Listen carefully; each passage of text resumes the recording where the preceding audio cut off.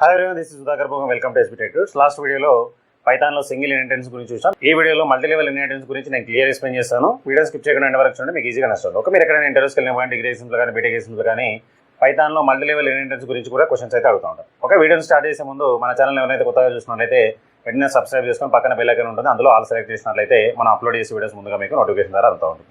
అట్లనే మీ ఫ్రెండ్స్ కూడా షేర్ చేయండి. ఓకే, మరి ఇక్కడ మల్టీలెవెల్ ఇన్హెరిటెన్స్ అనేది ఒకసారి డెఫినేషన్ చూద్దాం.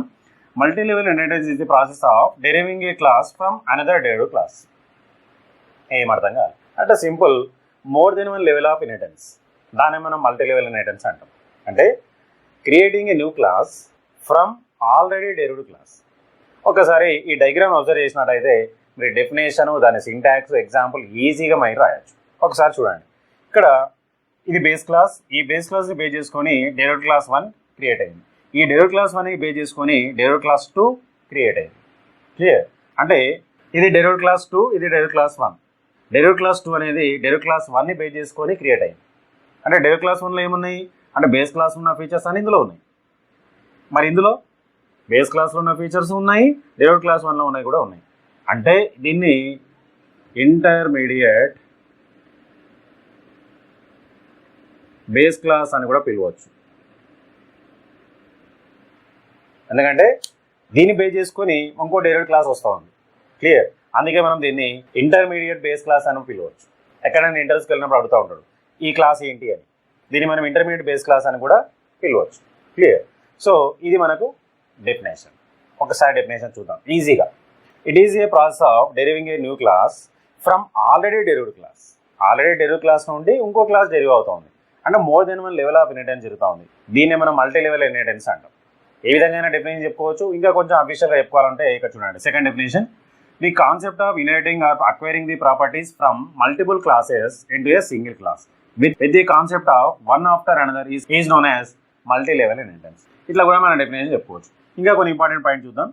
A class can inherit the properties and behaviour of another class which have already inherited the properties and behaviour of some another class. Same ఇందాక చెప్పుకున్న డెఫినేషన్స్. క్లియర్? మీకు ఈజీగా ఉండడానికి డెఫినేషన్ ఈ డయాగ్రామ్ పట్టుకుంటే ఈజీగా మీరు డెఫినేషన్ చెప్పవచ్చు. ఒక్కసారి మళ్ళీ definition. It is a process of deriving a new class from already derived class is called as multi level inheritance. దీనికి సంబంధించిన ఒక సింటాక్స్ కూడా మనం చూద్దాం. సింటాక్స్ ఆ డయాగ్రామ్ పట్టుకుంటే మీరు ఈజీగా రాయొచ్చు. ఫస్ట్ ఒక క్లాస్ని అంటే డిజైన్ చేద్దాం. For example class base class, దీనికి సంబంధించిన code. Next class derived class 1 ఎక్కడ నుండి డెరివ్ అవుతుంది? బేస్ క్లాస్ నుండి డెరివ్ అవుతుంది. కోలన్ ఆపరేటర్ పెట్టగానే దాని ఇంటెంటేషన్ క్రియేట్ అవుతుంది. దానికి సంబంధించిన లాజిక్ ఇక్కడ రాసిస్తాం. నెక్స్ట్ క్లాస్ డెరివ్డ్ క్లాస్ 2 ఎక్కడ నుండి డెరివ్ అవ్వాలి? డెరివ్డ్ క్లాస్ 1 నుండి డెరివ్ అవ్వాలి. డెరివ్డ్ క్లాస్ 1 దీనికి సంబంధించిన ఇంటెంటేషన్. ఈ విధంగా ఎన్ని లెవెల్స్ అనేవి మనం ఇంక్రీజ్ చేసుకుంటూ పోవచ్చు మన రిక్వైర్మెంట్ అని బట్టి. ఇంకో డెరివ్డ్ క్లాస్ కూడా మనం క్రియేట్ చేసుకోవచ్చు. ఇక్కడ డెరివ్డ్ క్లాస్ 3 ఎక్కడ నుండి డెరివ్డ్ క్లాస్ 2 అంటే జస్ట్ లైక్ ఏ చైన్ లాగా వస్తూ ఉంటుంది. సో ఇటువంటి దాన్ని మనం మల్టీ లెవెల్ ఇన్హెరిటెన్స్ అంటాం. క్లియర్? సో ఇది చూడండి, ఈ డయాగ్రామ్ బేస్ చేసుకుని నేను సింటాక్స్ రాసిన. ఫస్ట్ బేస్ క్లాస్ కావాలి కాబట్టి బేస్ క్లాస్ రాసుకున్నాం. డెరివ్డ్ క్లాస్ 1 ఎక్కడ నుండి డెరివ్ అవుతుంది? బేస్ క్లాస్ నుండి డెరివ్ అవుతుంది. నెక్స్ట్ డెరివ్డ్ క్లాస్ 2 ఎక్కడ నుండి డెరివ్ అవుతుంది? డెరివ్డ్ క్లాస్ 1 నుండి. అది రాసింది ఇక్కడ. ఈ డయాగ్రామ్ పట్టుకుంటే మీరు ఈజీగా సింటాక్స్ రాయొచ్చు. దాని ఎగ్జాంపుల్ ప్రోగ్రామ్ కూడా మీరు ఈజీగా ఇంప్లిమెంటేషన్ చేసుకోవచ్చు. ఓకే, సో పైథాన్లో ప్రోగ్రామింగ్ అనేది చాలా ఈజీగా ఉంటుంది, మీరు ఈజీగా నేర్చుకోవచ్చు. క్లియర్? మీరైతే నోట్ తీసుకొని క్లియర్ డెఫినేషన్, డయాగ్రామ్, సింటాక్స్ అయితే రాసేసుకోండి. నేను దీన్ని రిమూవ్ చేసి ఒక చిన్న ఎగ్జాంపుల్ ప్రోగ్రామ్ కూడా నేను రాసి చూపిస్తాను, మీకు కూడా ఈజీగా అండర్స్టాండ్ అవుతుంది. మీరు ఎక్కడైనా డిగ్రీ ఎగ్జామ్స్లో కానీ బీటెక్ ఎగ్జామ్స్లో కానీ మల్టీ లెవెల్ ఇన్హెరిటెన్స్ పైన క్వశ్చన్స్ అయితే అడుగుతూ ఉన్నారు.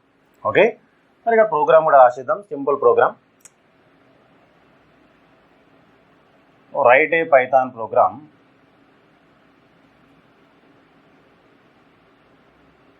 to implement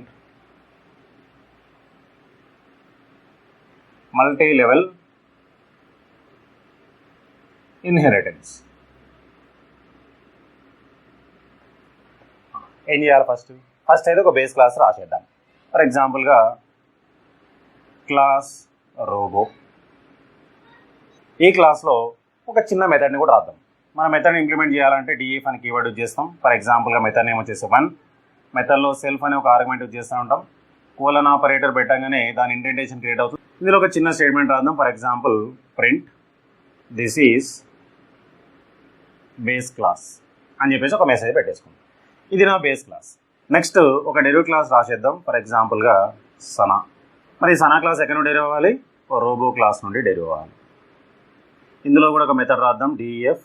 for example to method, self argument కంపల్సరీగా ఉండాలి. ఇందులో కూడా ఒక చిన్న స్టేట్మెంట్ రాస్తా, print this is derived class 1. ఇంకో క్లాస్ డిజైన్ చేయాలి, ఎందుకంటే మల్టీ లెవెల్ కాబట్టి. ఫర్ ఎగ్జాంపుల్గా చిట్టి. ఇది ఎక్కడ నుండి డెరివ్ అవ్వాలి? సనా క్లాస్ నుండి డెరివ్ అవ్వాలి. ఇందులో కూడా ఒక మెథడ్ రాద్దాం, డిఎఫ్.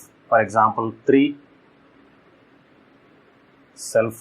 ఇందులో ఒక చిన్న స్టేట్మెంట్ రాద్దాం, print this is derived class 2. అంటే ఇప్పుడు ఏమైంది? రోబో క్లాస్ నుండేమో సనా డెరివ్ అయింది, సనా క్లాస్ నుండేమో చిట్టి క్లాస్ డెరివ్ అయింది. హియర్ రోబో క్లాస్లో ఉన్న మెంబర్స్ని, సనా క్లాస్లో ఉన్న మెంబర్స్ని, చిట్టి క్లాస్లో ఉన్న మెంబర్స్ని మనం ఎలా యాక్సెస్ చేసుకోవాలి అంటే with respect to object name. మరి ఇక్కడ ఏ క్లాస్కి మనం ఆబ్జెక్ట్ క్రియేషన్ చేయాలి? ఫర్ ఎగ్జాంపుల్గా ఇప్పుడు రోబో క్లాస్కి ఆబ్జెక్ట్ క్రియేషన్ చేసామనుకోండి, ఓన్లీ రోబో క్లాస్లో ఉన్న మెంబర్స్ని మాత్రం యాక్సెస్ చేసుకోవడానికి ఛాన్స్ ఉంటుంది. అదే మనం సనా క్లాస్కి ఆబ్జెక్ట్ క్రియేషన్ చేస్తే సనా క్లాసు రోబో క్లాస్లో డెరివ్ అయింది, అంటే రోబో క్లాస్లో ఉన్న మెంబర్స్ అని మనకు సనా క్లాస్లో అవైలబుల్గా ఉంటాయి. సో సనా క్లాస్కి ఆబ్జెక్ట్ క్రియేషన్ చేస్తే రోబో క్లాస్లో ఉన్న మెంబర్స్, సనా క్లాస్లో ఉన్న మెంబర్స్ని యాక్సెస్ చేసుకోవచ్చు. బట్ చిట్టి క్లాస్లో ఉన్న మెంబర్స్ని యాక్సెస్ చేసుకోవడానికి రాదు. మరి ఇప్పుడు ఏ క్లాస్కి చేయాలి?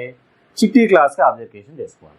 సో చిట్టి క్లాస్కి మనం ఆబ్జెక్ట్ క్రియేషన్ చేస్తే, సో చిట్టి క్లాస్ మనకి ఎక్కడ నుండి డెరివ్ అయింది? సనా క్లాస్ నుండి. సనా క్లాస్ నుండి ఎక్కడ నుండి డెరివ్ అయింది? రోబో క్లాస్ నుండి. అంటే చిట్టి క్లాస్లో రోబో క్లాస్లో ఉన్న మెంబర్స్ ఉంటాయి, సనా క్లాస్లో ఉన్న మెంబర్స్ ఉంటాయి, అందులో ఉన్న మెంబర్స్ కూడా ఉంటాయి. అంటే సింపుల్గా ఈ డెరివ్డ్ క్లాస్ ఏదైతే ఉందో చిట్టి, ఈ చిట్టి క్లాస్కు ఆబ్జెక్ట్ క్రియేషన్ చేసుకుంటే ఆ చిట్టి క్లాస్ ఎక్కడ నుండి అయితే డెరివ్ అవుతా ఉందో ఆ బేస్ క్లాస్కి సంబంధించిన మెంబర్స్ అన్నింటినీ మనం యాక్సెస్ చేసుకోవచ్చు. క్లియర్? మనం ఆల్వేస్ డెరివ్డ్ క్లాస్కి ఆబ్జెక్ట్ క్రియేషన్ చేసుకోవాలి. క్లియర్? మనకు ఆబ్జెక్ట్ క్రియేషన్ కూడా చేద్దాం. For example OBJ equal to చిట్టి. ఎప్పుడైతే ఆబ్జెక్ట్ క్రియేషన్ చేస్తామో ఈ క్లాసెస్లో ఉన్న మెంబర్స్ అనేటివి ఒక మెమరీ అలొకేషన్ అనేది జరుగుతూ ఉంటుంది. ఇక ఒక్కొక్క మెంబర్స్ని మనం కాల్ చేసుకోవడమే. ఫస్ట్ obj.1 అంటాను. obj.1 అనగానే దిస్ ఈజ్ బేస్ క్లాస్ అని అవుట్పుట్ వస్తూ ఉంటుంది. నెక్స్ట్ obj.2 అంటే సనా క్లాస్లో ఉన్న మెంబర్ని యాక్సెస్ చేసుకుంటున్నాం. నెక్స్ట్ చిట్టి క్లాస్లో ఉన్న మెంబర్ని కూడా యాక్సెస్ చేద్దాం, obj.3. ఓకే, ఈ విధంగా డెరివ్డ్ క్లాస్కి ఒక ఆబ్జెక్ట్ క్రియేషన్ చేసుకుంటే అది ఎక్కడ నుండి డెరివ్ అవుతుందో ఆ రిమైనింగ్ క్లాసెస్ అన్నిటికి సంబంధించిన మెంబర్స్ని కూడా మనం యాక్సెస్ చేసుకోవచ్చు. ఇది మనకు multi level inheritance in Python. So ఈజీగా మనం ప్రోగ్రామింగ్ అనేది రాయొచ్చు. పైథాన్లో ప్రోగ్రామింగ్ అనేది చాలా ఈజీ, మనం ఈజీగా ఇంప్లిమెంటేషన్ చేసుకోవచ్చు. ఈ మెథడ్స్లో మీకు కావాల్సిన లాజిక్ ఏదైనా రాసుకోవచ్చు. క్లియర్? మీకు ఈజీగా ఉండడానికి ఒక చిన్న స్టేట్మెంట్స్ అయితే నేను రాస్తాను. క్లియర్? మీరు ఏదైనా లాజిక్ అందులో రాసుకోవచ్చు. ఓకే, మీరు ఏదైనా తీసుకొని క్లియర్ ఈ ప్రోగ్రామ్ కూడా రాసేసుకోండి. ఈ వీడియోలో మీకు ఏమైనా డౌట్స్ ఉంటే కామెంట్ సెక్షన్లో కామెంట్ చేయండి, నేను దానికి రిప్లై ఇస్తాను. అట్లా వీడియో మీ ఫ్రెండ్స్ కూడా షేర్ చేయండి, వాళ్ళకు కూడా యూస్ఫుల్ అవుతుంది. నెక్స్ట్ వీడియో మళ్ళీ కలుద్దాం. So thanks for watching. Like, share, subscribe my channel. Thank you.